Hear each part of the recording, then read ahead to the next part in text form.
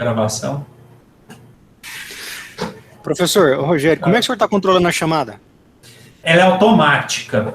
O meu sistema, como eu postei na aula passada, a hora que você entrou, ele grava, a hora que você saiu, ele me fala. Que hora que você entrou, que hora que você saiu. Na aula passada, eu já até postei para vocês, tá lá. Então, pessoal, eu esqueci de gravar, a gente começou a gravar anteriormente. Eu tinha feito aquela questão para entender se vocês sabiam ou não, né, sobre o da aula passada. A gente deu um caso sobre 3 alunas que leram no jornal o caso de Madalena, de 19 anos, separada, mãe de 3 filhos, que ganha um salário mínimo, trabalhando como empregada doméstica, e que tinha sido condenada pelo Tribunal do Júri a 3 anos de prisão por ter cometido aborto. E aí, essas 3 alunas, né, começaram a discutir. A primeira afirmou que o Tribunal do Júri julgou de forma correta, porque aplicou a lei, né, visto que a conduta de Madalena constitui crime contra a vida, artigo 124 do Código Penal. A segunda amiga não concordou, discordando, sustentou que a condenação foi injusta, porque a lei sobre aborto nunca é aplicada, né? Aplica-se a quem não tem dinheiro, quem tem dinheiro, né? Quem tem dinheiro nunca é aplicado. Vai nessas clínicas ilegais aí, tem um aborto e fica por isso mesmo. É uma lei que não é aplicada aí no caso concreto, né? E se olhar a situação dela, pobre, as crianças iam passar fome, etc., não teria outra saída para ela. E a terceira, discordamos das 2 anteriores, né, a primeira quanto à condenação, a segunda quanto ao argumento. Disse o seguinte, que o problema é de cunho quê? Axiológico, de valor, ou seja, houve uma interpretação equivocada. Por quê? Interpretou-se o pé da letra e não interpretou o valor que se tem, ou seja, a justiça e a exigência, né, de se fazer uma interpretação justa ao caso concreto. E aí eu perguntei para vocês quem tinha razão. E aí nós percebemos que as 3 tinham razão, porque cada uma delas representa um dos níveis, né, do direito. O direito é fato, o direito é valor e o direito é o quê? Norma. A primeira, ela entendeu a norma, que seria o dever ser. A segunda entendeu que seria o fato, né, constatando o fato, e a terceira aplicou o raciocínio do valor, que aí ele aplicou a filosofia ao caso, a axiologia ao caso, né? Então, as 3 visões estão corretas à medida que as 3 formam a visão tridimensional do direito, como a gente viu na aula passada, ok? Professor, uma pergunta. Em relação à decisão política, só voltando ao caso do Fachin, só para mim ter uma ideia, em relação à decisão dele, ele forma, né? Como é que é? Não entendi. Como é que é? Em relação à decisão do Fachin sobre o posicionamento da prisão do Lula, da segunda instância, ele usou a norma, não foi? Ele usou, a grosso modo, né? Depois eu posso até passar para vocês a decisão. Ele usou a norma porque ele aplicou, né, claramente uma questão processual técnica, né? A incompetência do lugar. Então, ele podia ter aproveitado, etc., aproveitado a condenação, mandado para outro, mas não, aplicou só a norma seca. Mas ele está correto ou não sobre isso? Está correto, argumentar está correto. Toda decisão, tudo que quando você vai peticionar, você está certo. Se você está argumentado, você tem argumento, você está certo. Não quer dizer que isso vai valer. Ele deu o quê? Uma proposta de decisão. A proposta de decisão cabe recurso, entendeu? É assim que funciona o direito. O juiz dá uma proposta, ninguém fala nada, vale aquela proposta que a gente chama de sentença. Uai, aí se aparecer outra pessoa com argumentos que pode pôr na cadeia de novo, e vai de novo? Vai. Vai e volta. Vai até transitar em julgado. Simples, tudo é até transitado em julgado. Se não transitou em julgado, cabe recurso. Só que o caso dele é uma decisão apenas, né, de que ele deve ser julgado por outro juiz. Então, esse processo vai ser sorteado para o juiz comum, o processo dele volta lá para trás. Ele não está inocentado, só anulado. Anulou o processo. Volta lá atrás para ele ser julgado de novo. Isso acontece. Entendeu? Por incompetência. Mas isso aí, gente, não tem que discutir isso agora, porque isso vai além, né, da capacidade aí nossa ainda processual. Mas simplesmente foi uma decisão técnica na norma, só isso. Mas se você lê as decisões que foi cassada, que são as decisões do Moro, são decisões totalmente axiológicas, de valor, entendeu? E é isso que o Lula brigava, que o Lula ficava... Mas era uma época que a gente estava vivendo aquilo, então a decisão do Moro é uma decisão axiológica. Está errado? Não, era a visão dele. O Lula não aceitou, recorreu, e é assim que funciona a coisa. Toda decisão é uma proposta de solução, ok? Vamos para... Aproveitando, não, é porque o senhor falou decisão axiológica. Então, já aproveitando o gancho, quando a gente foi fazer a questão, que a gente fez a questão na aula passada e o senhor mandou outra para fazer, tinha muito falando sobre isso, sobre axioma, axiomatização, e aí eu até pesquisei o que era a palavra, e eu entendi, mas eu entendi mais ou menos, não entendi muito. Baseado no que eu pesquisei, um axioma é elaborar uma teoria com base em generalidades, só que eu não consegui, por exemplo... Tem uma parte aqui de um texto que fala axiomatização. E aí eu não entendi bem o que representa isso. Perfeito, Maria Eduarda. Vou te dar um exemplo. Posso? A sua resposta. A sua resposta para o 3 foi axiológica. Você colocou valor. Você colocou tanto valor que até a sua fala, né, pena que a gente não gravou, que você chegou a carregar sentimentos. Tanto é que você ganhou a turma. Isso é um axioma. Por quê? Quando a gente coloca o axioma, você está colocando valor, você está colocando ali, nos seus argumentos, questões que vêm lá da sua família, como você foi criada, valores que fizeram, né? Da sua religião, da sua moral, da sua ética, tudo isso são axiomas. Ok? Aí tem eles individuais, que a gente chama de ethos, e ethos modelador, que são aqueles o quê? Da sociedade que nos coloca.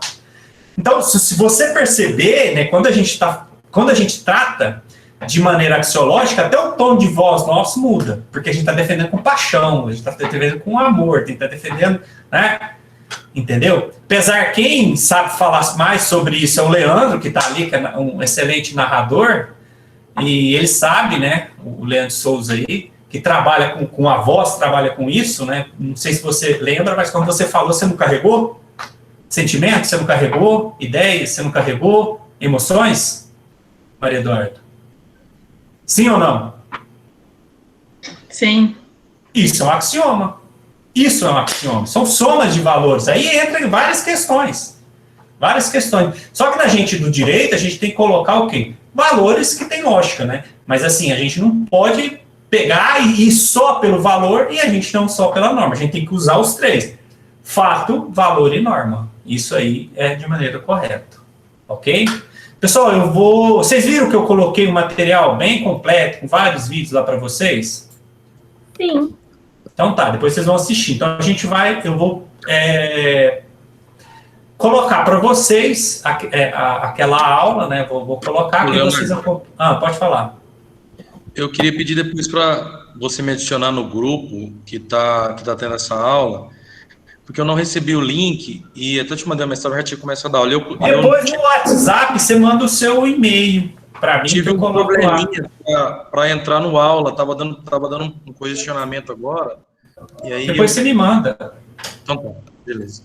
Professor, o senhor colocou o material, foi lá no aula? No aula. Quem não conseguiu acessar, me fala que eu mando para vocês. Tá? Vou fazer uma apresentação aqui daquele slide. Pode falar. Eu não entrei ainda no aula porque o meu não deu certo. Não tem problema, é só depois todo mundo tem meu WhatsApp, não tem? Eu tenho. Então, quem não tiver, né, depois eu passo para vocês, mas me peçam, eu passo para vocês. Tá? Sem problema nenhum. Vamos lá. E aí, pessoal, aqui a gente não vai colocar os vídeos, né? A gente só vai colocar para a gente falar sobre a aula. Né? Interrompam aí quando vocês tiverem dúvida. Mas, assim, os vídeos depois vocês assistam.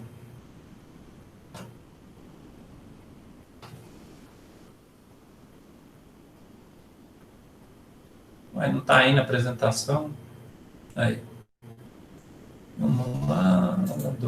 2. Permitir.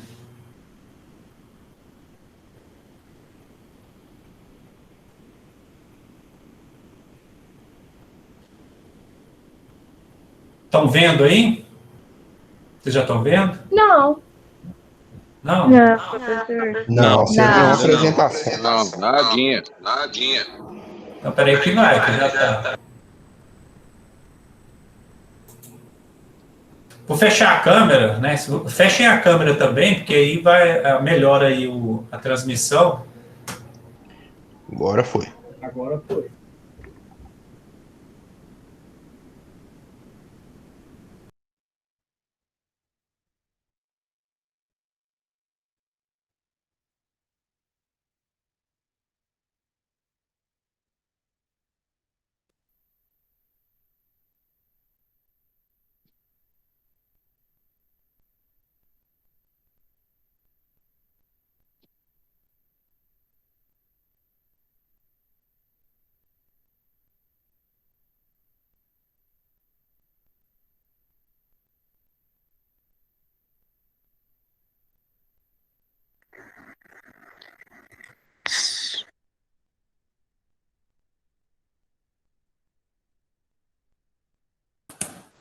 Ixi, o meu travou, foi tudo aqui. O meu também travou. É que a energia na casa do professor caiu.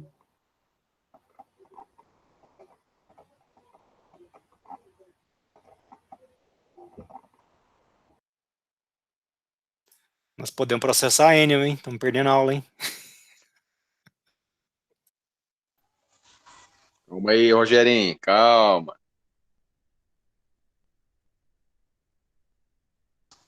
Normal, só o tempo fica nublado, acaba a energia.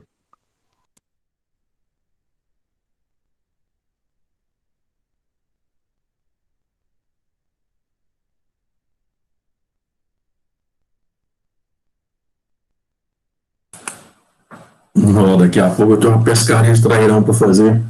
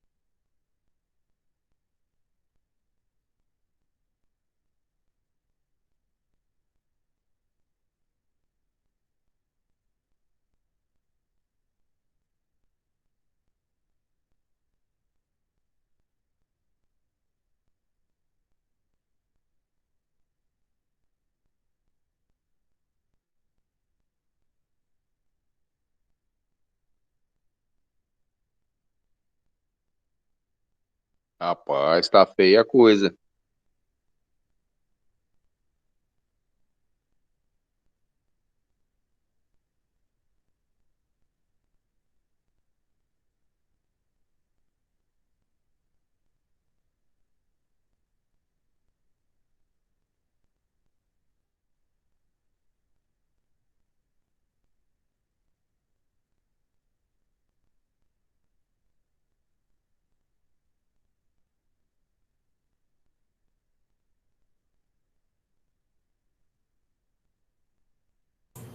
Voltou a energia, né? Eu vou...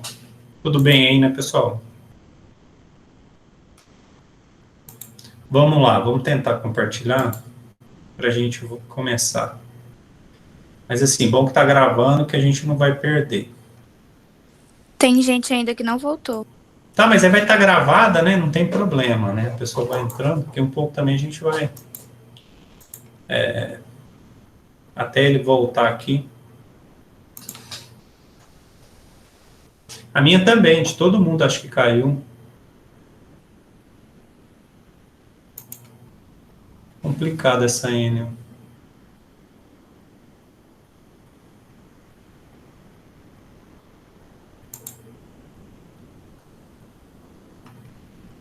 Vamos lá.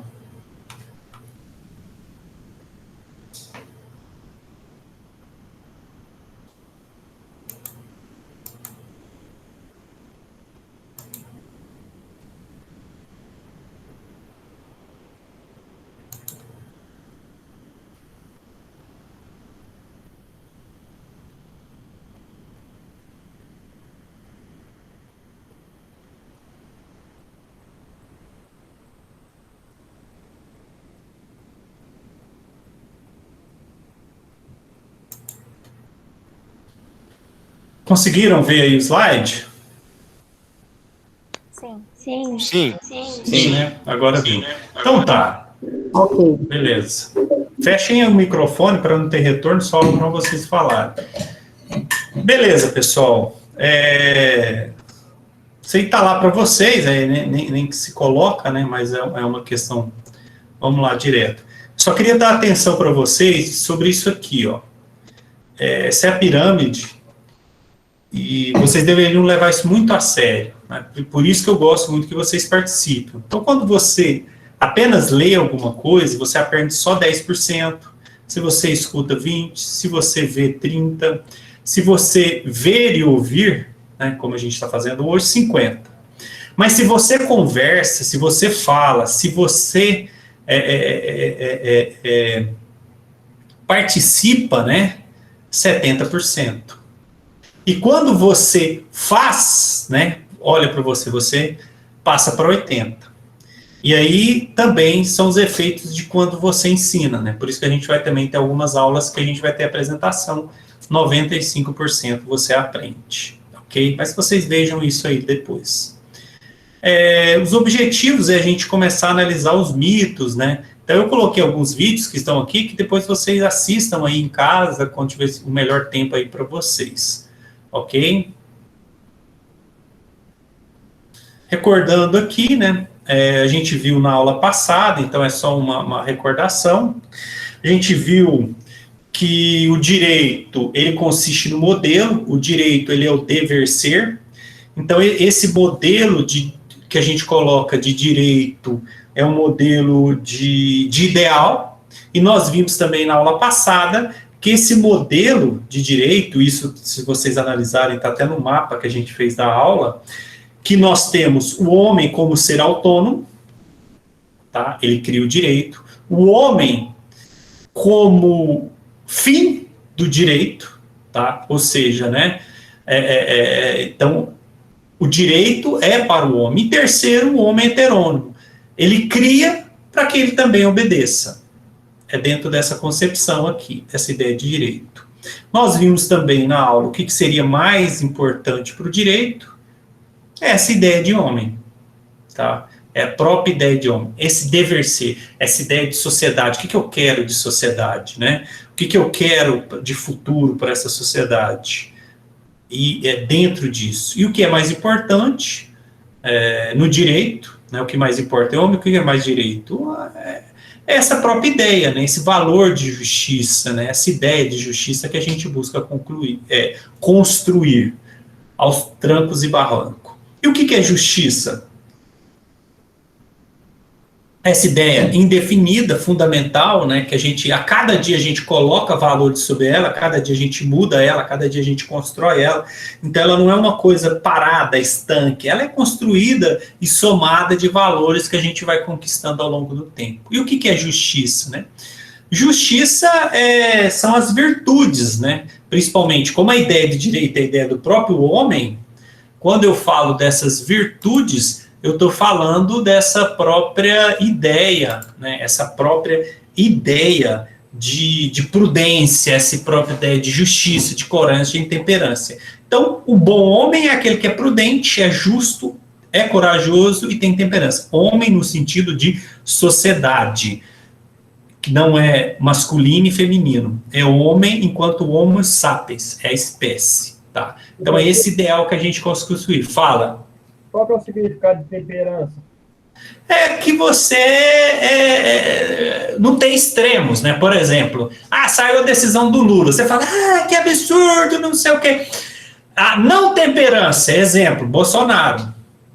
Esse é um exemplo, né? Temperança é aquela pessoa equilibrada. Temperada, equilibrada. Entendeu? Ela sai, tá? Ela sabe fazer as coisas. Aquela pessoa controlada, temperada, que faz ali. Porque não adianta você ser prudente, justo, corajoso, você extrapola os limites, né? Então, temperança é o equilíbrio. Entendeu? O que é uma coisa temperada? Entendi. Entendeu? Então. Nada. Pode falar. Difícil de quebrar. Difícil. Isso, é. Então, a gente falou também sobre a ligação da democracia, né? Que a gente entender aí que justiça e democracia, ela tem essa ideia de igualdade, né? Então, não adianta eu ser bom, eu ser justo, eu querer... Não, a sociedade tem que ser, né? Nós temos que levar tudo. Então, não adianta a gente ficar discutindo isso aqui e ter injustiça, né? Então, a gente tem que tentar aí, da maneira geral, que seja justo para todo mundo. Então, enquanto houver injustiça para uns, não tem justiça para a sociedade inteira. Então, a sociedade ela tem que estar como um todo, uma igualdade. Isso é democracia, né? Democracia é essa ideia de igualdade para todos, né? Que a gente vai construindo ao longo dos tempos. A aula passada a gente foi construindo ideia. A gente culminou num caso concreto só para a gente ver essa questão de ideia. E a gente viu também, né, os tipos de justiça, né, justiça objetiva e subjetiva.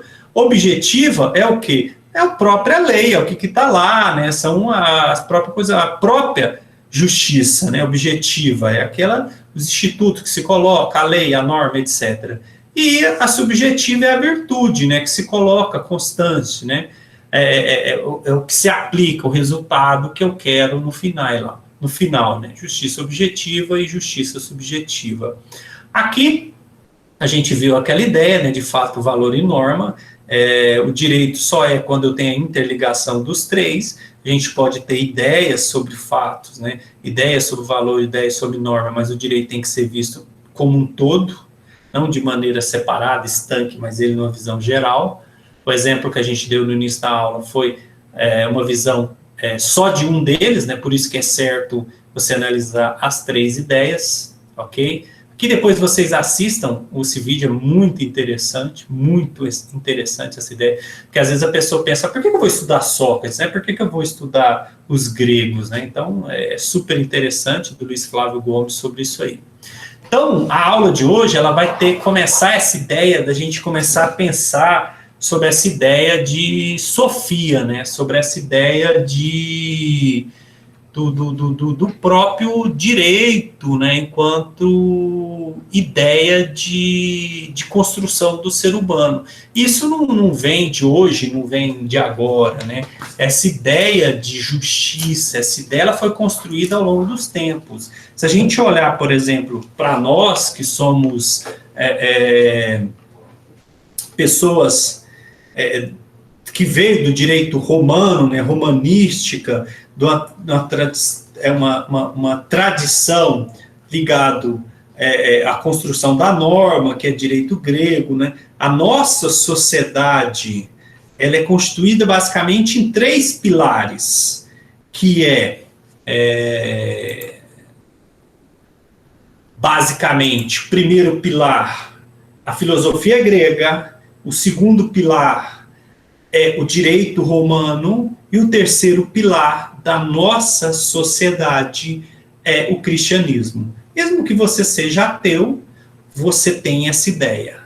De filosofia, toda essa ideia construída, que é o que nós vamos olhar hoje, né, a questão de justiça, essa ideia grega, cardenais das virtudes que a gente viu, vem justamente dessa época.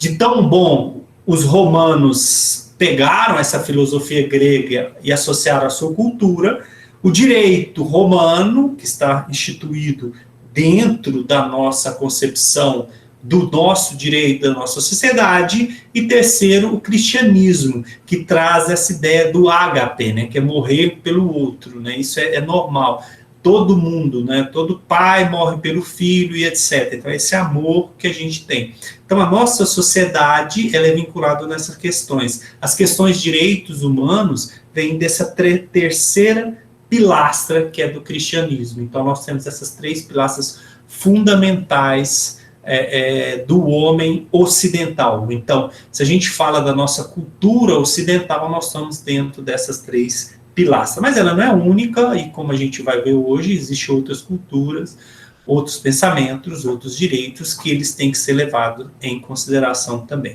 Então, quando a gente fala da Sofia da Idade Antiga, nós estamos falando de uma ideia inicial de um controle social. Quando a gente fala sobre isso, né, a gente tem que pensar que o homem, independente da época, por mais rude que ele seja e selvagem que possa ser, sempre ele será encontrado no estado de convivência com o outro. Nós somos animais gregários, nós precisamos de viver e conviver com o outro. E por sermos gregário, né, esses grupos sociais, famílias, clãs, tribos, eles necessitam de uma instituição de controle,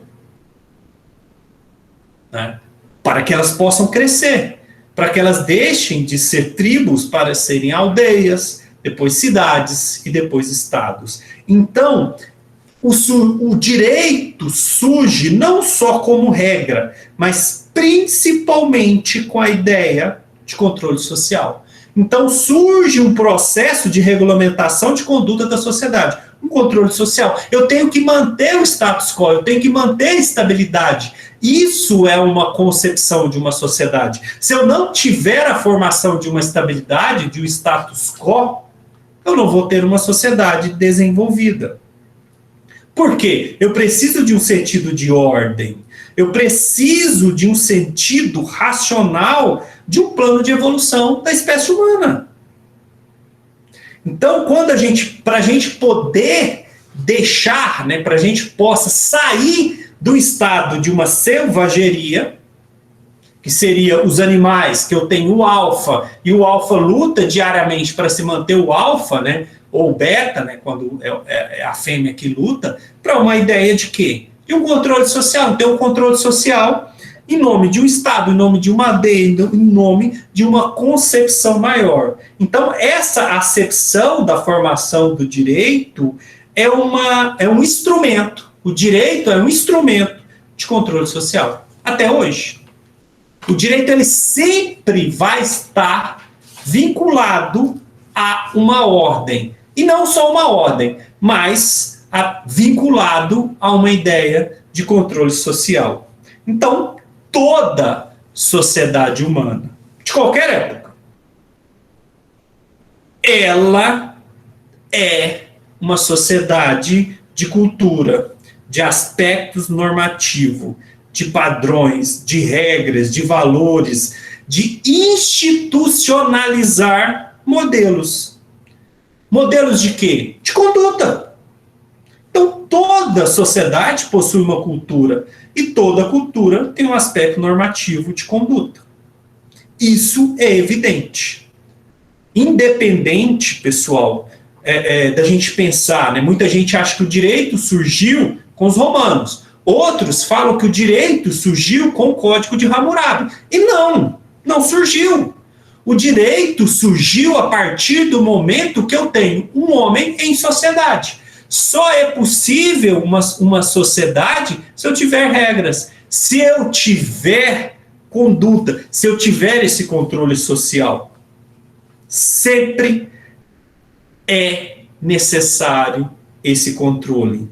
Então, tem um elemento, primeiramente, né, dos primeiros povos, um elemento de natureza religiosa, mágica, né, moral, mas vocês têm que perceber que isso traz uma utilidade. esses povos primitivos, né? Utilidade de se conviver. Então, esses milhões de anos de convivência, eu tenho a concepção de inúmeras fases, de vidas religiosas, jurídicas, de concepções de uma sociedade. Então, não foi o direito romano que criou o direito, e não foi o Código de Hammurabi que institucionalizou o direito. Não, isso foram apenas fases de uma evolução, que nós ainda estamos no caminho. Então, o direito, ele não nasceu aí há 2000 anos antes de Cristo com o Código de Hammurabi. Não. O direito sempre foi e sempre esteve ao lado do ser humano, de maneira costumeira, primitiva, primeiramente religiosa, quase um estado de natureza, mas o homem primitivo sempre desenvolveu. E nós temos inúmeros exemplos aí, como os bantus africanos, que tinham em sua acepção, né, social, ele fixou e fixava direitos e limites para o arbítrio do particular e o primitivo. Os batus, por exemplo, né, eles tinham, como os povos antigos, na vontade divina, uma expressão da economia do mundo, na ordem, na força, na sabedoria. Então, eles se preocupavam com valores ontológicos e valores, né? O que é ontológico? A separação do bem e do mal. Desde aquela época já tinha essa ideia do que era bom, do que era ruim, do que é injusto, do que é injusto. Então, eles tinham um ponto de vista moral considerado. Então, são noções básicas de uma filosofia que depois a gente viu lá na Grécia, mas já presente nesses habitantes das selvas africanas há milhões de anos atrás. Ok? Aí outros exemplos também do Extremo Oriente, a Índia. A Índia, existem inúmeros ciclos culturais. Os Vedas, por exemplo, né, que tratavam de hinos, canções, o sistema de castas, por exemplo, né, que existe. O que é o sistema de castas? É que eu tenho que cada pessoa, ela nasce numa casta, e ela vai viver, dependendo da sua evolução, eu posso chegar a um Brahma, que são os mais superiores, sacerdotes, intelectuais. Depois eu tenho os Ksastras, que são os guerreiros. Depois tem os Varris, que são os comerciantes. Os Sutras, que são os trabalhadores braçais. Então, eles desenvolveram essa ideia de 4 castas, que até hoje está presente no direito indiano, e isso numa civilização muito antiga, de 5, 10 mil anos antes de Cristo, né? Então, ela é muito mais avançada do que a nossa, e há muito mais tempo do que a nossa, já com uma filosofia. Então, eles trazem essa ideia. Depois nós temos... pode falar. Só um adendo aí, apesar de ser muito antes de Cristo, mas essa questão da filosofia, que ela também estaria ligada basicamente a fatos religiosos, essa questão do regramento do direito. Sim. Até hoje. Olha para você ver, por que o STF e e o próprio legislativo, as câmeras e o Senado não julgam a questão do aborto? Por uma questão o quê? Legal? Não, por uma questão o quê? Religiosa. Então, continuando, pode falar. Então, você está até o exemplo da questão dos próprios mandamentos, né? Que era onde não há um regramento, a religião ela apareceu em alguns momentos da civilização. Não matar, não roubar, não cobiçar a mulher do próximo. E até depois o direito, ele se apropriou um pouco desses regramentos, é claro, de uma outra forma. É claro que eu estou falando da Grécia, uma questão moral, mas a gente teve, antes de Cristo, né, no Velho Testamento, se pegar, a gente tem esse regramento religioso, que é onde não se tinha uma regra, a religião impôs ali uma norma de conduta, seria mais ou menos isso, não sei. Sim. O que a gente quer trazer é que eu quero desvincular essa ideia que o direito veio de Roma, que o código nasceu com os Hammurabi. Não, todos os povos, todas as identidades humanas, ela tem o direito, ela tem sua filosofia, ela tem sua moral, ela tem sua ética. Então, cada um desses povos, eles construíram essa ideia, né?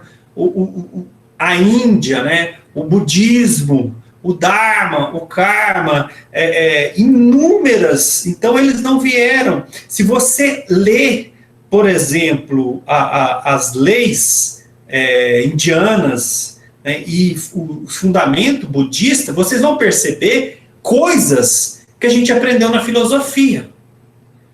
Mas por quê? Porque se a gente vê os gregos, o que os gregos, né, principalmente ali na época de Alexandre, eles dominaram o mundo. Pegaram escravos do mundo inteiro. Então, esses escravos letrados eram os professores dos filhos dos gregos, abastados. Então, houve uma miscigenação de culturas. Então, esses povos estrangeiros, inclusive, Alexandre tem Alexandria na África. Esse povo que eu disse para vocês foram também dominados por Alexandre o Grande. Então, Alexandre o Grande dominou quase todo o mundo. Então, houve uma miscigenação de culturas. Então, houve essa ideia, né? Se você lê, por exemplo, a gente, né? Eu também sou cristão, mas se você lê outros livros antigos, você vai ver histórias que são muito parecidas com as histórias da Bíblia. Muitas histórias, elas se cruzam, né? Os 10 mandamentos também, eles não são exclusivos dos cristãos. Outros povos já tinham essas ideias. E foi bom você trazer aí os 10 mandamentos, que leva lá naquela ideia nossa lá do fato, valor e norma. Vamos lá, só para a gente entender essa ideia aqui, só para a gente colocar. Um dos mandamentos, que eu não sei qual que é, mas vocês podem, quem sabe pode falar qual é deles, que é não cobiçai o quê? Como é que é esse mandamento? Quem pode falar para mim? Não cobiçai o quê? A mulher do próximo, eu acho que é isso. Isso. Qual é o número desse mandamento? Quem sabe? É o primeiro, o segundo, o terceiro? Não cobiçai a mulher do próximo. Dos 10. Pois vocês olham, eu esqueci o número dele. Mas vocês sabem como é que era ele na época do Antigo Testamento e na época de Cristo? Como é que era o 9º mandamento? Você sabe como é que ele era escrito? Ele só na época da Idade Média que ele foi traduzido assim, né? Dessa forma, mas ele, ao pé da letra, ele não está escrito assim. Você sabe como é que ele está escrito? Não cobiçar. Não, que castidade, rapaz? Não cobiçar a coisa. A coisa. Isso, não cobiçar, isso, a coisa, não cobiçar o quê? Os bens, os pertences. Se você olhar no grego, no latim, latino, no grego aramaico, né? Porque qual que é a diferença? O grego, ele não tem vogal. Ele não tem vogal. O grego só tem as consoantes. Então, por isso que a gente tem tanta interpretação diferente. Mas se a gente ler lá no Antigo Testamento, né, dos 10 mandamentos, esse mandamento está assim, não cobiçar é a coisa. Beleza, veio a Idade Média, veio o valor, a lei mudou? A lei mudou, gente? Os 10 mandamentos mudaram? Sim ou não? Não. A norma escrita não. Houve o quê? Um valor e os fatos mudaram. A norma continua a mesma. Os fatos e os valores mudaram. Então, quando mudou os fatos... Não, é uma interpretação. Como é que eu interpretei ele na Idade Média? Não cobiçai o quê? A coisa. A mulher do próximo. Não, a coisa era lá atrás, na época antiga. Na Idade moderna, né? Moderna, até na idade contemporânea. Agora, assim, isso na idade moderna, na pós-moderna, eu tinha assim. E hoje, na idade contemporânea, como é que é traduzido? Vocês sabem? A mesma coisa, não? Lógico que não! Gente, o que nós comemoramos hoje? Dia da Mulher. Dia da Mulher. Ah, então quer dizer que a mulher pode cobiçar o marido da próxima? Não cobiçar ou invejar algo que pertence a outra pessoa. A interpretação correta é: não cobiçai a mulher do próximo. Não cobiçai a mulher da próxima. Não cobiçai o homem do próximo. Por que a interpretação hoje é assim? Porque esse é o fato, esse é o valor. Antigamente era coisa porque a mulher, a menino, os cachorro, a vaca, tudo era coisa. Pertencia ao chefe da família. Isso, né, lá atrás. Depois colocou-se, né, como a mulher, e hoje é essa interpretação. Então, tanto o homem quanto a mulher não pode cobiçar o companheiro da outra, independente do sexo. É isso.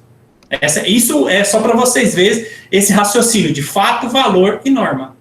Tá? Lá atrás, né, na Idade Média, e hoje contemporâneo. Só para ter essa ideia. Podemos continuar? Podemos? Sim. Mais alguma pergunta? Então, continuando, né, nós só estamos tendo essa ideia aí. Quando a gente olha, né, por exemplo, né, para essa ideia, né, de justiça, por exemplo, se a gente olhar, por exemplo, a primeira ideia de igualdade social, ela não surge na Grécia, surge lá com a ideia do budismo, né, a ideia de nirvana, né, que é você buscar o quê? A acepção mais alta, né? Nirvana é a acepção mais alta daquilo que poderia ser justo enquanto valor jurídico, político e etc. Na China, Confúcio, né, que também tinha essas ideias de budista, né, nessa ideia de valor, nessa ideia daquilo que é justo, né, ensinar o homem, né, sobre a vida cotidiana, a convivência em família e etc. Então, na China, eu tenho toda a base de uma ordem política e jurídica e etc. Uma valorização e uma busca por uma perfeição também. E aí, se a gente traz aí lá para hoje, né, para o que a gente acredita, né, que é o pensamento grego, e aí nós temos que analisar aí já a questão das primeiras ideias gregas. A Grécia, ela traz para nós toda uma ideia, né, consolidada de vários povos, que ele traz essa ideia sobre justiça, sobre a concepção daquilo que seria justo, porque eles começam a pensar sobre toda a concepção, de refletir.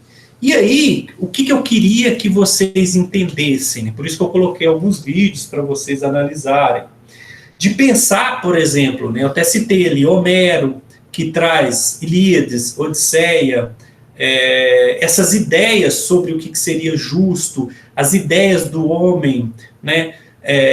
Aí, por exemplo, Solon, que são as leis draconianas, Grécia passava por uma fase muito difícil, uma fase muito complicada da sua história, e ela necessitava de uma estabilidade. Então,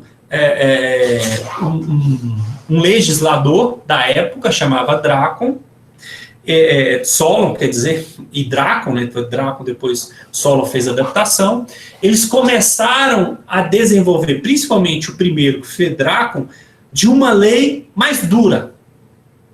Por quê?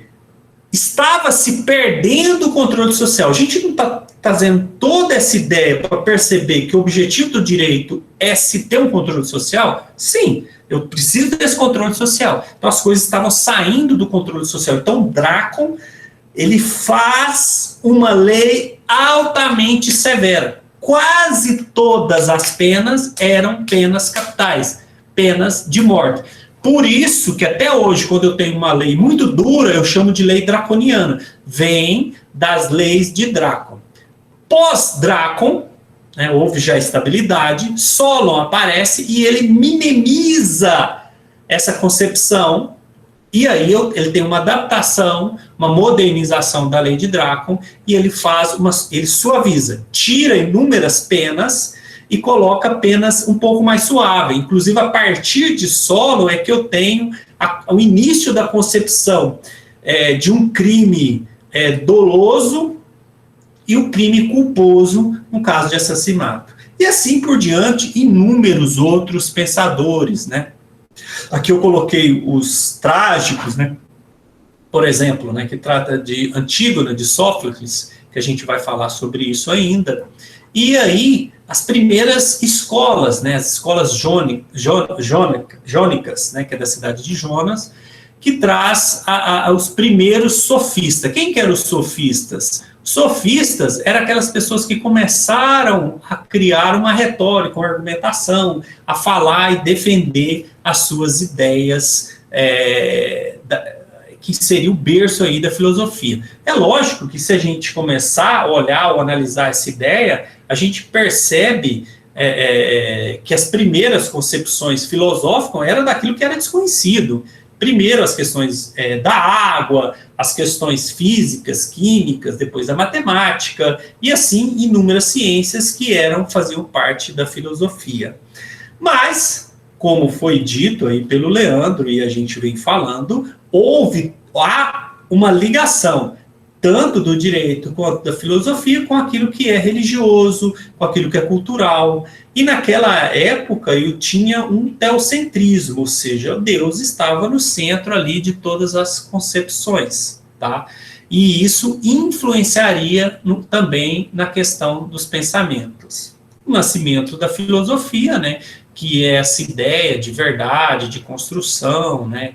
Aí primeiras ideias de mitos, né, que são histórias, né, a gente vai tratar de algumas, depois a ideia de um pensamento racional, pré-socráticos, depois a questão de eu colocar valores sobre isso, né, lá em Sócrates, depois as ideias teocentristas da Idade Média, que a gente vai ver na próxima aula, e a questão da epistemologia, que é já na ciência mais contemporânea, né, que é a razão, a ciência que a gente coloca. E aí, epistemologia, que vem do grego, né, que é episteme, que significa ciência e conhecimento, e logos, que significa discurso, né? Então, é essa ideia aí, e foi o exercício que vocês fizeram no início da aula, quando eu dei um caso concreto, e vocês aí discutiram as ideias sobre, né? A gente começa a ter essa concepção e esse início de você conseguir desenvolver o que a gente chama de ciência. Aqui, pessoal, para a gente entender, né? Então, se a gente for em um grupo de WhatsApp, uma conversa de família, eu tenho tudo isso aqui, ó. Eu tenho crenças, eu tenho verdades e tenho conhecimento. Mas o que vale mesmo para o direito e para toda a ciência é o conhecimento justificado. O que é o conhecimento justificado? Alguém pode falar? O que é um conhecimento justificado? É aquele argumentado. Que pode ser provado e fundamentado. Então, tudo em direito você tem que fundamentar. Por isso que eu cobrei tanto de vocês nas respostas. Vocês esqueceram de fundamentar. Tudo tem que ter início, tem que ter meio e fim. As respostas podem ser numa frase? Sim, até deve você responder numa frase. Mas numa frase, você não pode trazer uma crença, uma verdade, um conhecimento. Você tem que trazer um conhecimento justificado. Ou seja, inicia-se, você desenvolve e conclui. Então, aquilo que pode ser justificado, né, ou comprovado, é ciência. E é isso que a gente tem que buscar em filosofia, é isso que a gente tem que buscar em direito. Aqui eu até coloquei um pensamento, né? O homem é a medida de todas as coisas, das coisas que são enquanto são e das coisas que não são enquanto não são. Ou seja, né, é toda a construção retórica do homem, da sua vivência, da sua vida e da concepção de uma sociedade, né? Ou seja, ele é tudo aquilo que construiu ao longo da vida, aquilo que ele aprendeu, aquilo que lhe foi ensinado, aquilo que ele entende como ético, como correto. Então, ele é a medida disso, medida daquilo que se constrói. Então, quem é essa pessoa? É aquilo que ele é aquilo que ele defende, é aquilo que ele entende, e isso aí é a medida de um ser humano. É interessante, aqui eu só vou fazer um adendo sobre isso aqui, porque se a gente olhar, né, no Platão, Sócrates e Aristóteles, para Platão e para Sócrates, a medida de todas as coisas, é na ideia também de que a pessoa nasce para aquilo, né? Por exemplo, se você lê os livros, né, de Sócrates, fala o seguinte: se aquele cara lá nasceu para ser coió, ou seja, bobo, né, ele vai ser bobo pro resto da vida.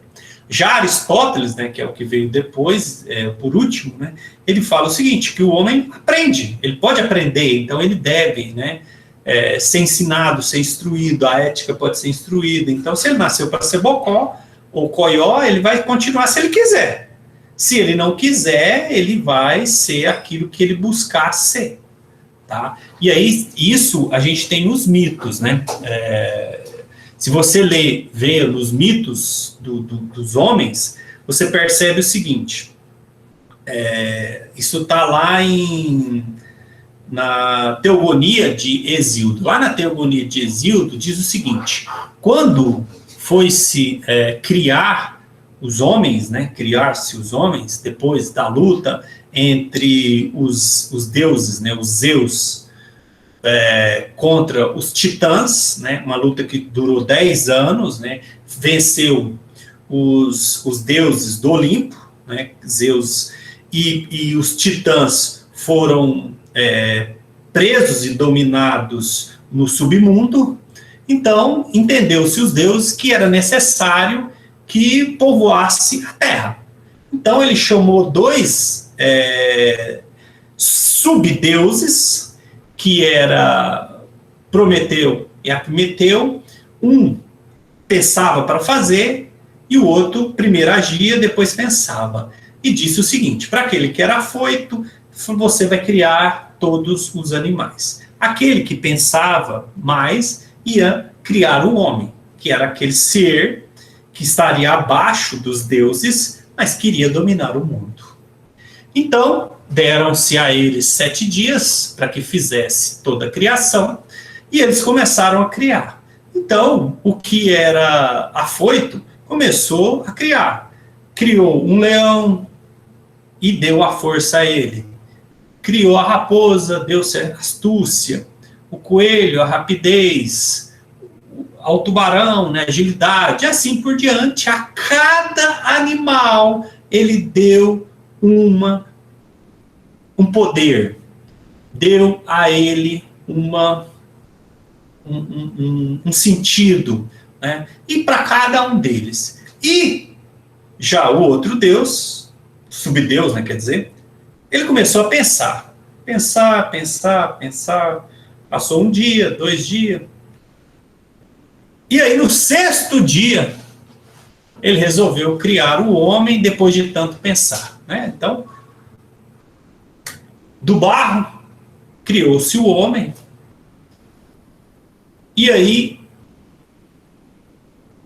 ele olhou e viu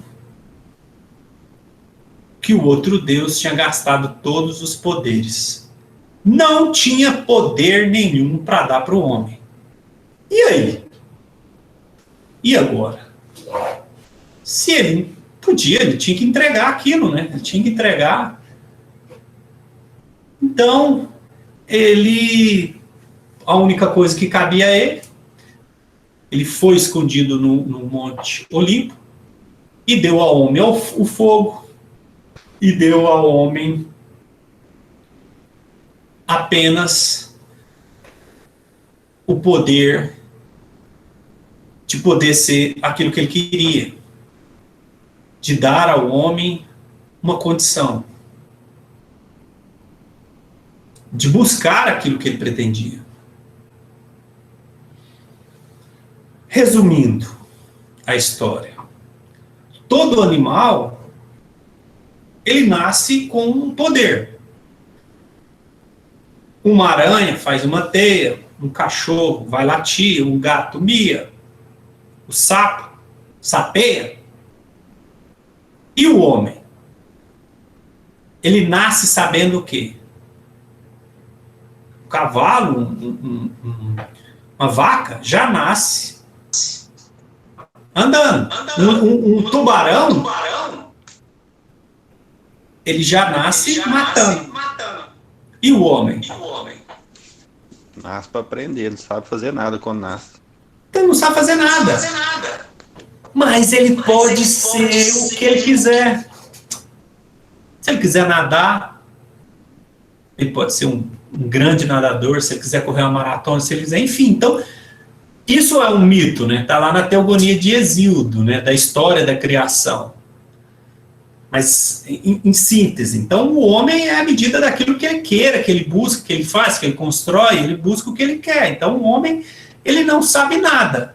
Mas o não saber é a grande vantagem que ele tem sobre os outros animais. Ele vai ser aquilo que ele quiser. Ele não sabe fazer teia, mas ele pode aprender a fazer crochê, pode fazer rede, pode fazer o que quiser. Já a aranha só vai fazer aquele tipo de teia, igual. E assim por diante, cada um dos animais, da mesma forma. Então, o homem é a medida de todas as coisas, tá? Ok? Então vamos lá. E aí a gente tem que começar a entender, né? Eu falei um dos mitos, né, da teoria da criação. E aí eu tenho um outro, né, o de Antígona, de Sófocles. O que Antígona? Antígona inclusive é um teatro, vocês podem assistir, tem filmes sobre isso, né? A gente já fez vários júris sobre Antígona de Sófocles lá na UBRA. Então, ela está dentro da história de Édipo, rei, que é excelente. Quando você tiver a oportunidade de ir ao teatro e assistir uma peça sobre Édipo, rei, é excelente.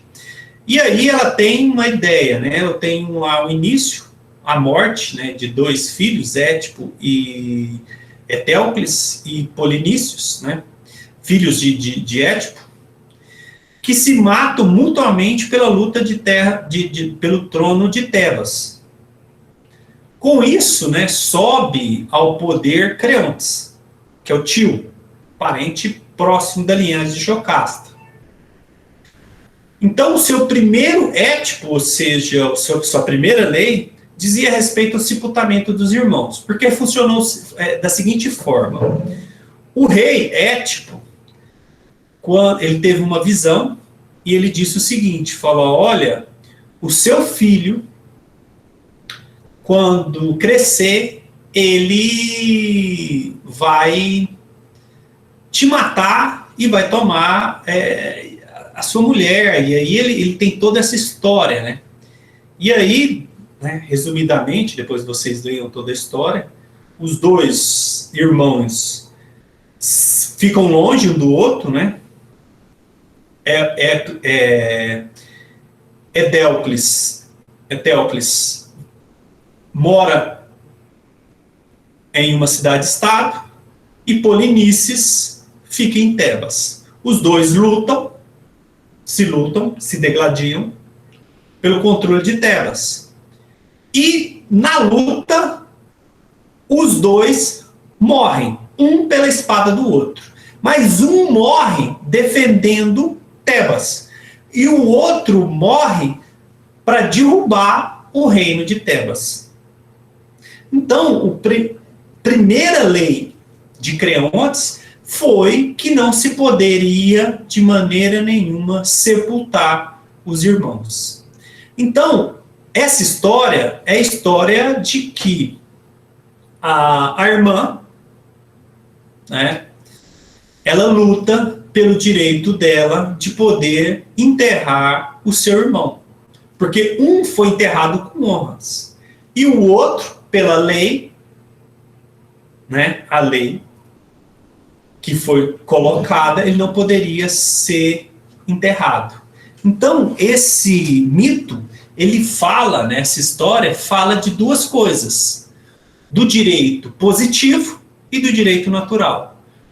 Direito positivo, que era a lei do tio, né, Creontes, que proibia o sepultamento do irmão. E o outro fala do direito natural, ou seja, o direito natural da irmã enterrar o irmão. Entenderam? E aí ela luta, e aí a história, né, o teatro é justamente isso. E ele fala, se eu tenho uma lei positiva injusta, ela precisa ser cumprida? E uma lei positiva injusta, ela pode ir contra uma lei natural? Entenderam isso? Isso é uma ideia de justiça. Isso é a construção, né? Porque os mitos eram uma ideia de você poder discutir com o povo, quem assistisse lá ao teatro, né? Quem assistisse a peça, ou ouvisse a história, começasse a trocar essa ideia e desenvolver essa ideia. Ok? E aí, num caso como esse, quem tem razão? Eu tenho que cumprir a lei? Ou uma lei injusta não precisa ser cumprida? E se eu não cumpro a lei, o rei não tem mais força nenhuma. Só porque ela é irmã, né, uma princesa, ela pode descumprir a lei? Entenderam? Isso é uma aporia. Entenderam o caso? Entenderam, pessoal? Sim. Entenderam, né? Então tem, né, os dois irmãos lutam, se degladeiam, um mata o outro, um estava tentando dominar, mas eles morreram. Para a irmã, os dois são iguais. Para a irmã, os dois são iguais. Aí o rei que assumiu o poder diz o seguinte: olha, esse rei, esse aqui, herói, vai ser enterrado com todas as honras. Esse aqui não, tem que ser colocado lá para os animais, né? Igual Game of Thrones, fica lá de pendurado para os corvos comerem. E aí imagina você, né, com a minha irmã, vendo seu irmão, o corpo do seu irmão ser comido por abutres. O que você faria? Deixaria ele lá ou enterrava seu irmão? O que você faria?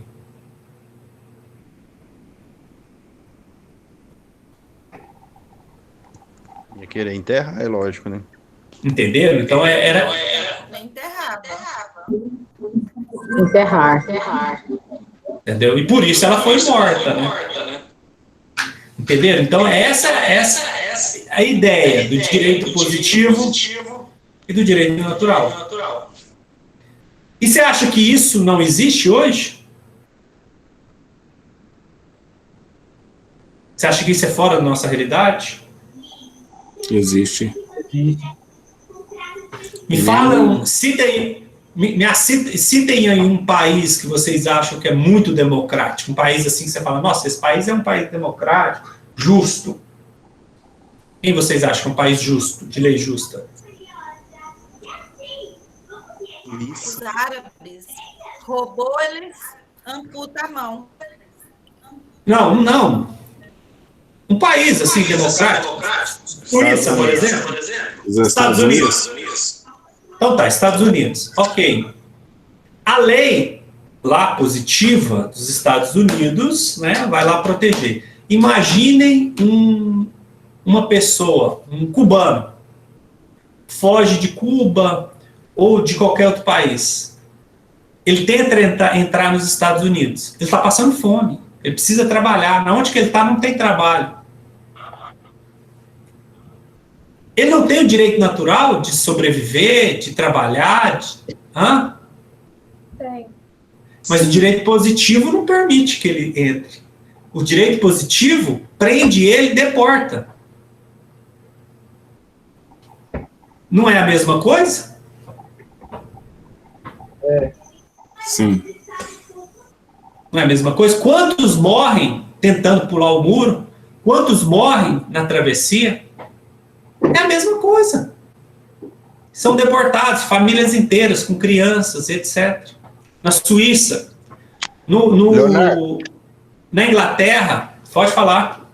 É aquele mesmo caso que eles estavam fazendo com os mexicanos, para parar de entrar um pouco pela fronteira, eles estavam separando os filhos dos pais. Isso agora foi proibido, né? Mas eles são deportados, ok? Então essa é a ideia, né? Se a gente pensa que isso é um mito lá atrás. Hoje ainda é um mito, né? Aqui no Brasil mesmo, né? Se você olhar na Constituição, todos são direitos, todos são poderes. Os venezuelanos que estão lá, entrando aqui no Brasil, passando fome, têm que se prostituir, e etc. Só para a gente ter uma ideia. Então, é um direito natural, é um direito positivo. Então, um direito positivo, né? Às vezes o direito positivo é injusto, e o direito natural, ele tenta, né? Outro mito, né? Isso é só para construção de ideias. Outro mito também que a gente tem que ver, que eu posso citar, é o mito do anel de Giges. No anel de Giges é o seguinte, ele está lá na República de Platão. Imagine uma pessoa, um homem, ele é um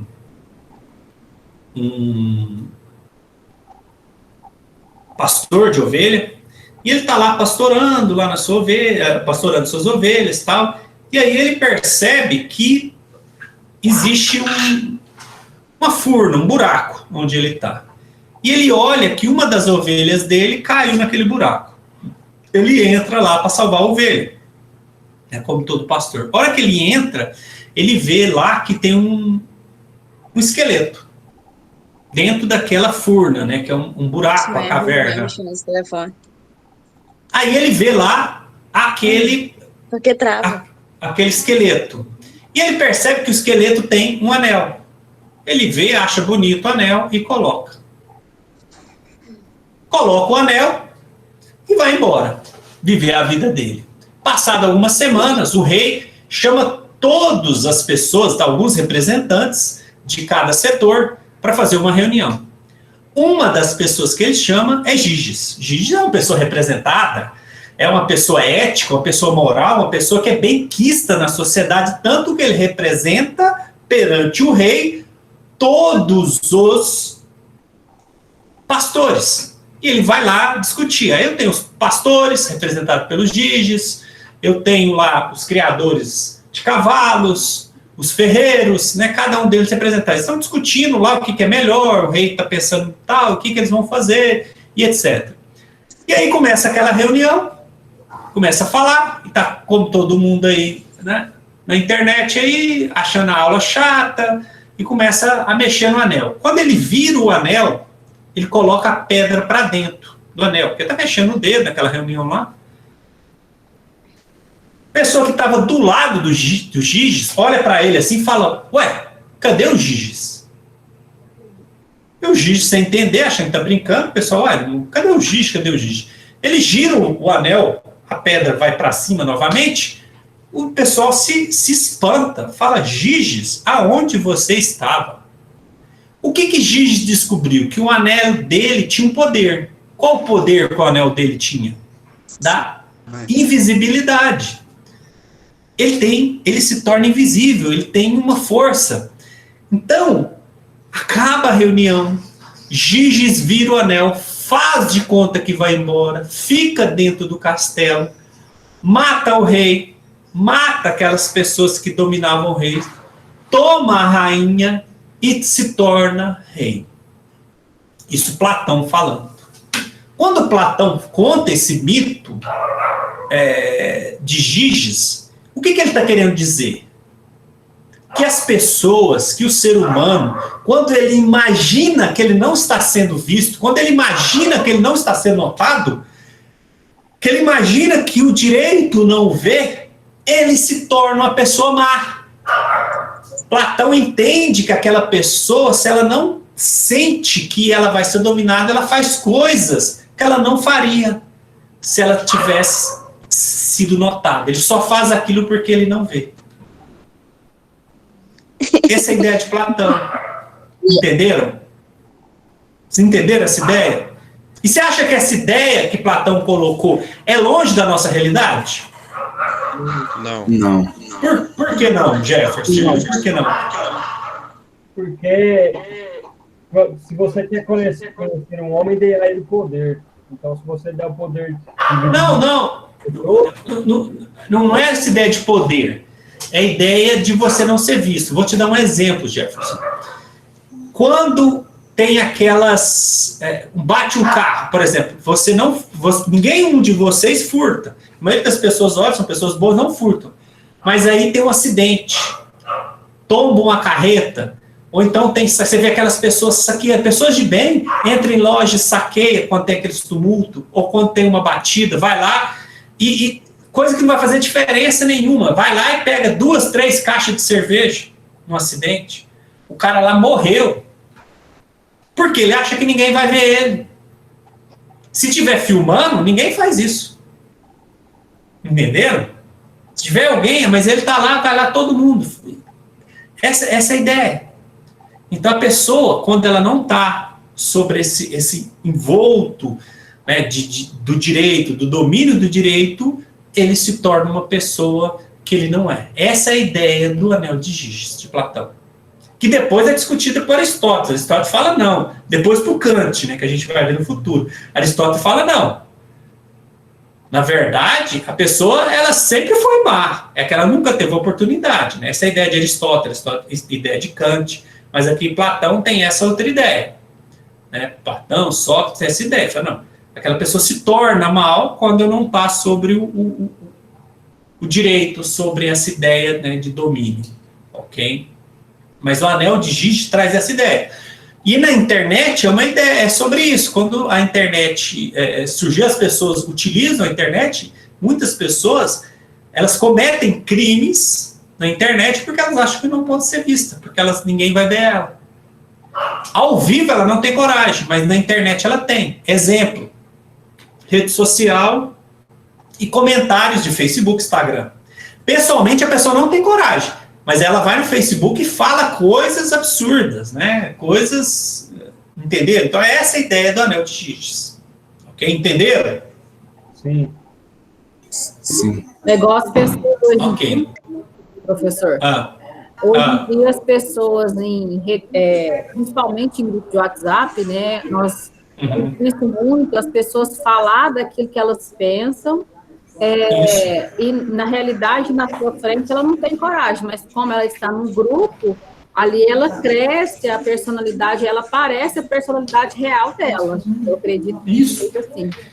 Não, verdade, ela comete coisas, né? Por exemplo, a falta de temperança, né? Ela vai e fala e eles começam a querer ser julgadores, né? Julgadores, ok? Só avançando agora, né? Quando a gente olha, por exemplo, a questão de Sócrates, a questão de Platão, e depois Aristóteles, né? Então, Sócrates, né?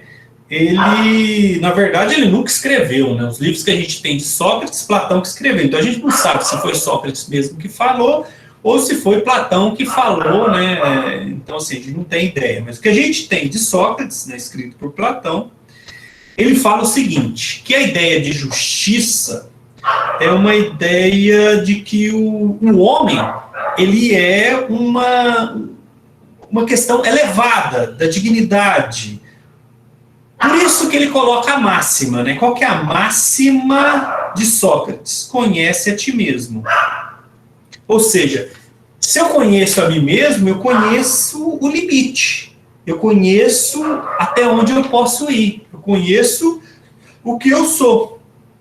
Então, a justiça, né, socrática é uma ideia de que não é a lei, é a conformidade com a lei. É você estar conforme a lei. Ou seja, Sócrates tem a ideia de que o dever ser, ele tem que ser igual à realidade. Não existe margem para Sócrates, tá? Então, a justiça não é a lei, é a conformidade com a lei. Isso é a justiça. Justo para Sócrates é quando o dever ser é igual ao ser. Não é a própria lei, como dizia lá os sofistas antigamente. É a conformidade com a lei. Então, ele tem um valor antológico, né? Um valor sobre a conformidade, ou você querer fazer aquilo que é correto, que é certo. Isso a gente vê no julgamento de Sócrates. Sócrates tomou cicuta, né? Ele tomou a lei porque ele aceitou. Falou, não, é justo eu aceitar. Me condenaram aqui, então eu vou tomar esse veneno aqui e vou aceitar essa decisão, ok? Então, é esse pensamento aí de Sócrates, né? Já Platão, ele tem uma ideia de uma justiça numa fórmula, né? Uma justiça platônica, ou seja, é quando você está no lugar do outro. Para você entender justiça, você tem que ficar no lugar do outro, executar as tarefas do outro, cumprir o seu dever. Então, para mim entender o que é ser o direito da mulher, por exemplo, eu teria que ser mulher. Eu tinha que viver aquilo, né? Viver um preconceito, viver um racismo, né? Então, a justiça, para ele, é uma questão fundamental. É uma razão, é um ânimo, é um desejo, tá? Então, a justiça é, acima de tudo, uma virtude universal. Então, o indivíduo, ele tem a faculdade de, conforme a sua razão, ele delimitar as suas paixões e os seus desejos para que ele tenha a virtude de uma convivência. E aí ele coloca uma concepção da virtude, que é a arete, e da justiça, né? Então, a virtude está contida na justiça. Então, o que é a justiça platônica? É a virtude, é arete. Entenderam? Então, no plano individual, é você entender o outro, viver o outro, porque às vezes você vê, como no caso concreto que a gente deu, né? Justiça, ali no caso ali para Platão, seria entender as razões por que aquela moça cometeu o aborto. Então, teria que estar no lugar dela, ok? E, ao mesmo tempo, são as minhas virtudes, né? A virtude do homem que quer a sua justiça, a virtude do homem que quer o bem de todos, que quer o bem da sociedade, que quer o bem do Estado. É isso. A virtude está contida na justiça. Isso é muito difícil, né? Se a gente trazer para a ideia de hoje, né? Ela é muito complicada, né? É muito difícil a gente ter essa ideia de justiça aí nessa visão platônica, né? Então, para ele, né, o homem é aquele indivíduo que vive para polis, né? Ou seja, se ele está num plano de virtude, num plano de justiça, ele tem um sentimento assim de cosmo, de ter chegado, naquela ideia que a gente fala dos budistas lá, de nirvana, né? Você está naquele platô superior ali, ok? Então é nessa ideia que está aí. Para Platão, a questão da lei, por exemplo, né? Então, para ele, a justiça ela é glorificada no Platão maior. E a questão da lei, a lei está aí para ser cumprida, né? Então faz parte da virtude o dever, né, de obediência à lei, mesmo que a lei seja injusta, tá? Então eu tenho que ser atribuída essa questão, né, o dever de você cumprir. Então dentro da virtude, esse comando aí de justiça, de você obedecer àquela lei, mesmo que ela, se você entenda que ela é injusta, mas você a cumpre porque você tem uma ideia de que é o bem comum, né? Uma ideia de bem comum para todos. E Platão também teve essa ideia de dois mundos, né? Duas ideias, né? Do mundo que você coloca, né? Foi a partir de Platão que eu tenho essa ideia do humano e da sua alma, né? A ideia da coisa e o mundo das ideias. Eu tenho o plano real e o plano da razão.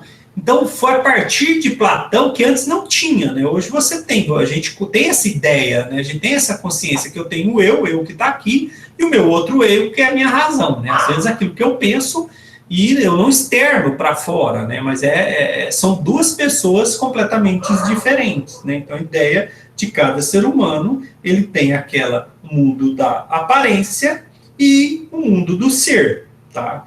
O mundo de verdade e o verdadeiro ser. Então, é a partir de Platão que eu tenho essa concepção aí de dois mundos ou duas ideias diferentes do mundo e do ser.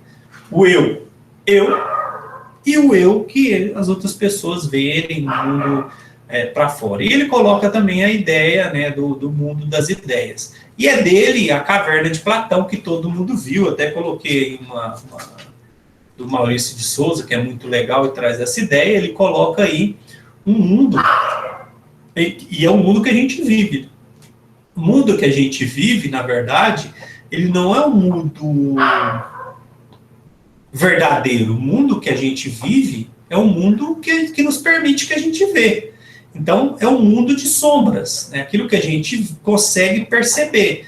Então, na realidade, né, se a gente trazer, voltando nessa decisão, quando a gente olha por uma decisão, né, que o STF decidiu, quando a gente olha, por exemplo, por que o Bolsonaro virou presidente, por que o Lula virou presidente, a gente olha para aquilo como a gente olha para as sombras, e a gente não vê a verdade. Qual seria a verdade? Né? Que seria a gente conseguir olhar para o sol, não para a sombra que a gente olha. Né? Quando a gente olha Bolsonaro presidente, é uma sombra. Quando a gente olha Lula presidente, é uma sombra.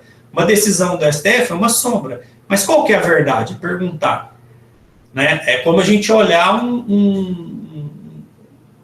uma árvore e ver um jabuti. Se eu olho para uma árvore e vejo o jabuti, todo mundo pergunta, como é que o jabuti foi parar em cima da árvore? Isso é olhar para as sombras. Mas olhar para o sol, que é a ideia correta, eu teria que perguntar quem é que colocou o jabuti na árvore? E por que ele foi colocado? Pode falar, por favor. Igual, tipo, os casos de corrupção, por exemplo, você vê eles, conta como olhar o sol, por causa que a sombra é o governo em si. Então, quando chega isso. Não só a corrupção, né? Você entendeu o porquê que está atrás disso, né? O que está atrás disso, né? O que está atrás do governo, né? Então, assim, porque se você olhar, por exemplo, o governo, etc., na verdade, quem é que manda é o capital, né?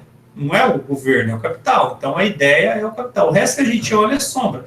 Televisão, principalmente internet, hoje em dia, grupos de WhatsApp, né, que são dominados aí por computadores, né, e robôs, são as sombras, né? Hoje a sombra é isso aí. Só que a gente não olha a ideia, né? Isso que é difícil, né? Saber qual que é a ideia de verdade, né? Então, no mito da caverna, você fala de pessoas que estavam vivendo das sombras, e um dia uma pessoa chega, tira essas pessoas daqui e levam elas lá para o sol. O que acontece? Elas estavam na caverna. Ao que elas olham para o sol, isso dói a luz. Então, é Matrix, né? Quem já assistiu o filme Matrix é aquilo lá. Ninguém aceita, né? Ninguém aceita a verdade, ninguém aceita a realidade. Matrix, Mito da Caverna é o filme Matrix. Então, a hora que você vê a realidade, né? O que você faz? Você não aceita a realidade. Tanto é verdade que no Mito da Caverna, eles matam, né, o filósofo, que foi a pessoa que tirou aquelas pessoas que estavam dentro da caverna. Você não aceita essa realidade. Por quê? Olhar para o sol dói as vistas, né? Olhar para a verdade, ela dói. E a gente não aceita a verdade. Mas depois vocês olham e tiram suas conclusões aí, tá? Já Aristóteles, né? Aristóteles, por exemplo, né? Ele traz a ideia, né, de uma justiça aristotélica, né? Ele faz o quê? Um sentido de justiça num sinônimo de igualdade. Ele faz uma divisão, né? Então, a justiça, para Aristóteles, é uma justiça distributiva. O que é uma justiça distributiva? É que eu vou tratar desigualmente os desiguais na medida de suas desigualdades.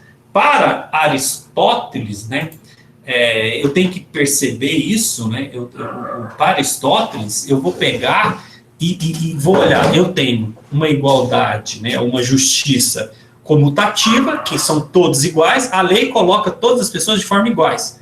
Mas ela por si só adianta? Não, eu preciso da distributiva, que eu vou fazer o quê? Uma conta diferente, eu vou tratar desigualmente os desiguais na medida de suas desigualdades. Então eu vou ter uma outra visão sobre justiça. Porque se eu olhar lá na ideia de justiça para Platão, é dar a cada um que é seu, que é totalmente injusto. É totalmente injusto. Aqui não.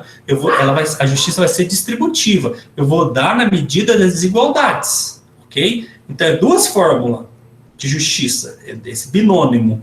Comutativa, a lei é igual para todas, mas eu vou ter o quê? Uma igualdade que é não formal. É uma igualdade material. Tratar desigualmente os desiguais na medida de suas desigualdades. E ele traz também essa questão de justiça por natureza e o justo legal, que é diferente, né? A justiça por natureza é toda uma concepção natural, né? O direito de ir e vir, direito de igualdade, direito de liberdade, que é as questões naturais do ser humano. E o justo legal é aquilo que está na lei ali, aquilo que é colocado de direito posto, que nem sempre é dentro de uma concepção. Ok? Eu até coloquei os vídeos. Pode falar. Eu só queria te perguntar rapidinho. Aqui, as justiças, segundo Aristóteles, a justiça comutativa que fala que as pessoas são desiguais por natureza, porém iguais perante a lei. Aí, no caso, depois fala que implica a absoluta igualdade entre a prestação e a contraprestação. O que seria isso? Então, porque, por exemplo, aquilo que... Um exemplo básico, né? Aquilo que você paga de tributo para o Estado e aquilo que o Estado te dá de volta. É totalmente injusto, né?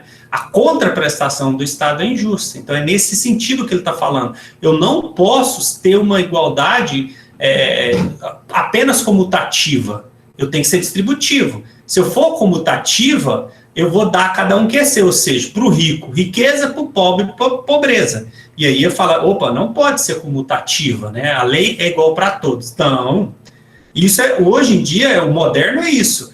Eu tenho o Código de Defesa do Consumidor, eu tenho a lei trabalhista, que eu vou tratar desigualmente.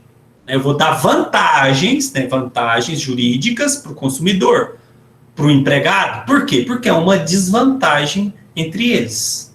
Entenderam? É isso, não sei se você entendeu, mas é isso agora que eu quis ficou dizer. Mais claro, porque a hora que eu li eu não estava entendendo de jeito nenhum a justiça comutativa. Comutativa, a lei é para todos, mas eu vou aplicar ela de forma diferente, entendeu? De maneira diferente. Eu vou ter que dar isenção para quem não pode pagar, ok? E quem pode pagar, vai pagar mais, ok? Essa é a justiça distributiva. Tratar desigualmente os desiguais na medida de suas desigualdades.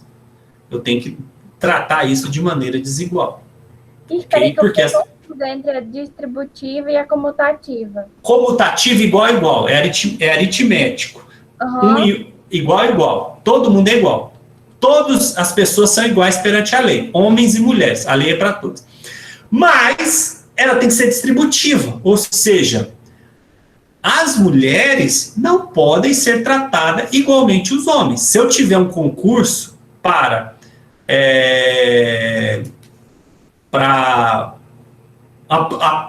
um concurso para delegado federal, delegada federal, a prova física não pode ser igual. A prova física das mulheres é diferente da prova física dos homens. Por quê? Os homens, né, fisicamente têm mais vantagem que as mulheres. Seria uma equidade, então? É uma equidade, isso é distributiva, entendeu? Se eu colocar, por exemplo, em questão de inteligência, todos são iguais. As provas são iguais. Mas na prova física, eu não posso tratar. O homem tem mais força, isso é biológico que as mulheres. Agora, existem mulheres que são mais fortes que o homem, mas assim, no geral não é. Eu não posso colocar, vou fazer uma competição aqui. Aí as provas de homens têm que ser separadas das mulheres. Entendeu? Comutativa é igual. Distributivo é eu tratar de maneira desiguais. Entendi. Isso é justiça, é tratar de forma desigual, isso é justiça, eu tenho que ter essa dicotomia aí, ok? O justo legal é o que está escrito, o justo por natureza, né? Tá? É nessa forma. E aí eu tenho inúmeras outras escolas, né, revolucionárias, os cínicos, né? Os epicúreos, eu coloquei uns livros aí para vocês. O cínico é interessante, né? Quem já viu Chaves? O seriado O Chaves? Passava no SBT, já viu Chaves? Então, já. Chaves é uma retratação dos cínicos, né? O Chaves é totalmente filosófico, né? Ele trata ali, ele é uma pessoa que não tem nada, não tem ninguém, né? Chaves, por exemplo, é uma citação a um dos grandes filósofos cínicos, né? Por isso que ele está no barril, como Diógenes também ficava no barril, né? Fazia de pobre, etc. Né? Então, é uma visão aí também, é uma forma de pensar. Tá? E na pátria, né, Roma, né, que é a pátria do direito, é a concepção todinha dessa ideia de direito, né, essa ideia de concepção que trouxe todas as ideias filosóficas, mas ele instruiu essa história. Só que é interessante a gente olhar, né, direito, né, ele não tem essa ideia de nação, né, mas de império, que é totalmente diferente. Então, o direito em Roma, ele traz aquilo, né? Dura lex sed lex. A lei é dura, mas é a lei. Então, ela é aplicada de forma a todos, né? A todos, ok? Mas a gente vai construindo aí algumas concepções também, né? Aqui eu coloquei um vídeo, né, sobre o que Roma ensina, é interessante vocês assistirem também. Questão... Também aqui um outro vídeo sobre o Estado, ok? E aqui, pessoal, eu coloquei aqui vários vídeos, né, para vocês terem uma outra visão de um outro professor sobre a aula que eu dei hoje, né? Um plus aí para vocês, tá? Mas para que vocês possam, né, refletir também. Deixa eu parar a apresentação aqui.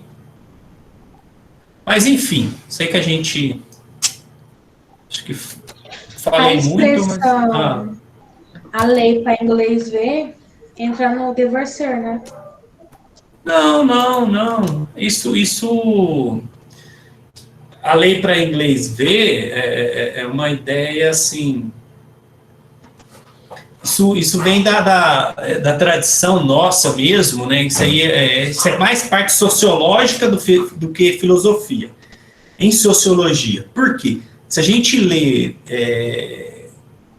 Casagrande Senzala, se a gente lê O Ornitorrinco, né, que é um livro, assim, acho que todo brasileiro deveria ler, mas principalmente acho que todo mundo deveria ler Casagrande Senzala, e o Ornitorrinco é que fala da gente entender a nossa sociedade. E Casagrande Senzala é a gente entender o que seria o jeitinho brasileiro. Lei, para inglês ver, essa ideia do jeitinho brasileiro, né? A construção sociológica que nós estamos tentando mudar, que é o brasileiro, que ele dá jeito para tudo. A lei para inglês ver que eu criava leis aqui, que não era aplicada, mas para que os outros povos, né, visse, principalmente os ingleses, que a gente devia a eles, né, para que eles aceitassem isso aí de bom grado. Né? Então era lei, mas é o jeitinho brasileiro mesmo, que a gente chama de jeitinho brasileiro, né? Isso está lá no Casagrande Senzala, que mostra toda a construção, né? Por exemplo, né, a gente tem lá em 1824, quando a gente fez a nossa primeira Constituição Federal, né, a gente estava independente, a gente precisava de uma lei, que a gente estava seguindo ainda as leis portuguesas, apesar da independência, e aí nós criamos aí a nossa primeira Constituição. Aí nós criamos a nossa primeira Constituição, criamos aí os 2 primeiros colégios de estudos, mas ainda era todo um sistema voltado aí ao jeitinho nacional, né, de você poder aí a corrupção, a maneira de ser. Então a cultura nossa é isso, né? Vou dar só um exemplo.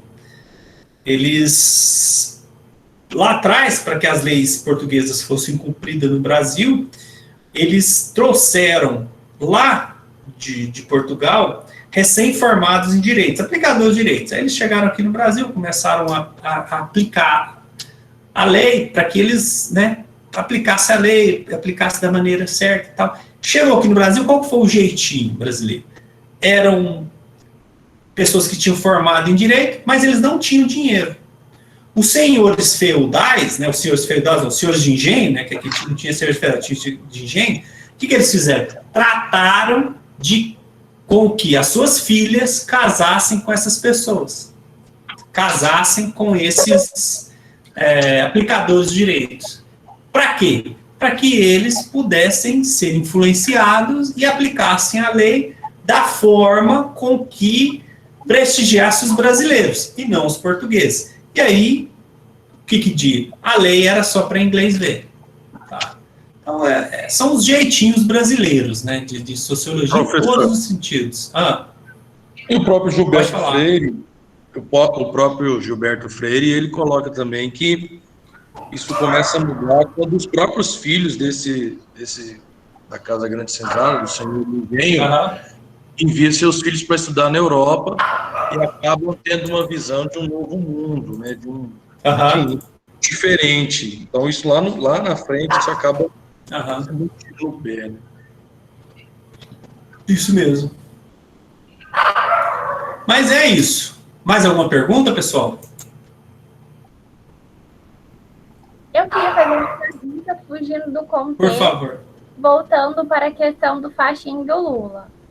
Essa decisão foi feita em segunda ou terceira instância? Terceira. Terceira? STF, Certo. Aí, por exemplo, essa decisão de terceira instância anula as outras decisões passadas, né? Anula a decisão porque ele entendeu que o juiz primário, o juiz de primeira instância, foi incompetente, ele não tinha competência para julgar, então anula a sentença. Mas ele não inocentou o Lula, simplesmente cassou as decisões para que o juiz competente pudesse julgar novamente. Voltou lá atrás. Entendi. Então, aí agora, como teve essa decisão, aí vai ser julgado novamente. Isso, para o juiz de primeiro grau. Entendi. Por quê? Porque a competência de um processo da Petrobras não seria a competência lá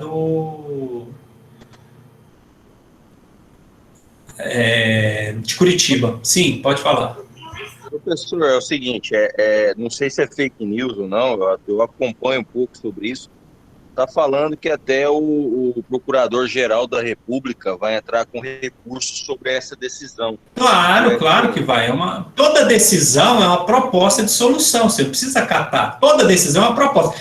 A gente não viu ali que eu tenho um fato concreto, ele vai para o direito, eu tenho a tríplice visão, como a gente viu. E aí o aplicador do direito dá uma solução. Por exemplo, quando você faz uma petição, é um pedido, mas é uma solução. Falou, eu peço isso, eu estou pedindo uma solução para o caso.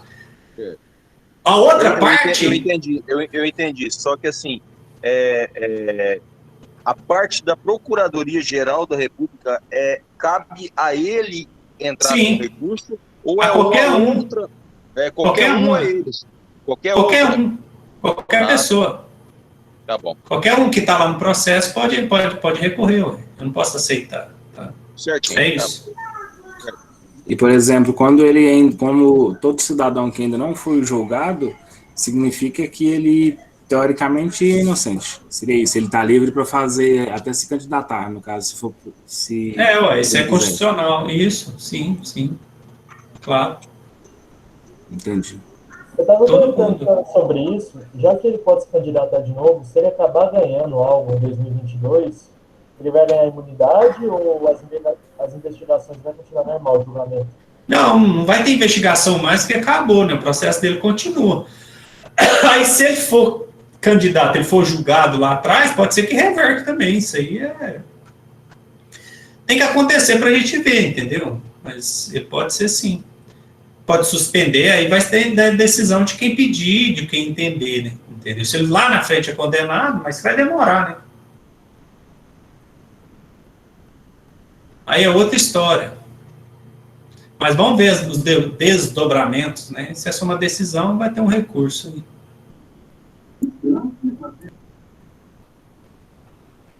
Beleza, pessoal? Se tiver mais dúvidas, vocês mandam lá no grupo, estou à disposição, tá? Vou participar agora de uma outra reunião. Façam atividade. Eu vi que teve gente que esperou, postou hoje. Gente, já termina, já faz a atividade de hoje, pronto, acabou, acaba com isso. A atividade é errada, eu confundi. Ué, mas está aberto ainda, façam lá as atividades. Eu postei no primeiro dia, na segunda-feira passada. Eu coloquei as atividades do caderno. Eu não coloquei aquelas perguntas que você colocou lá da apostila.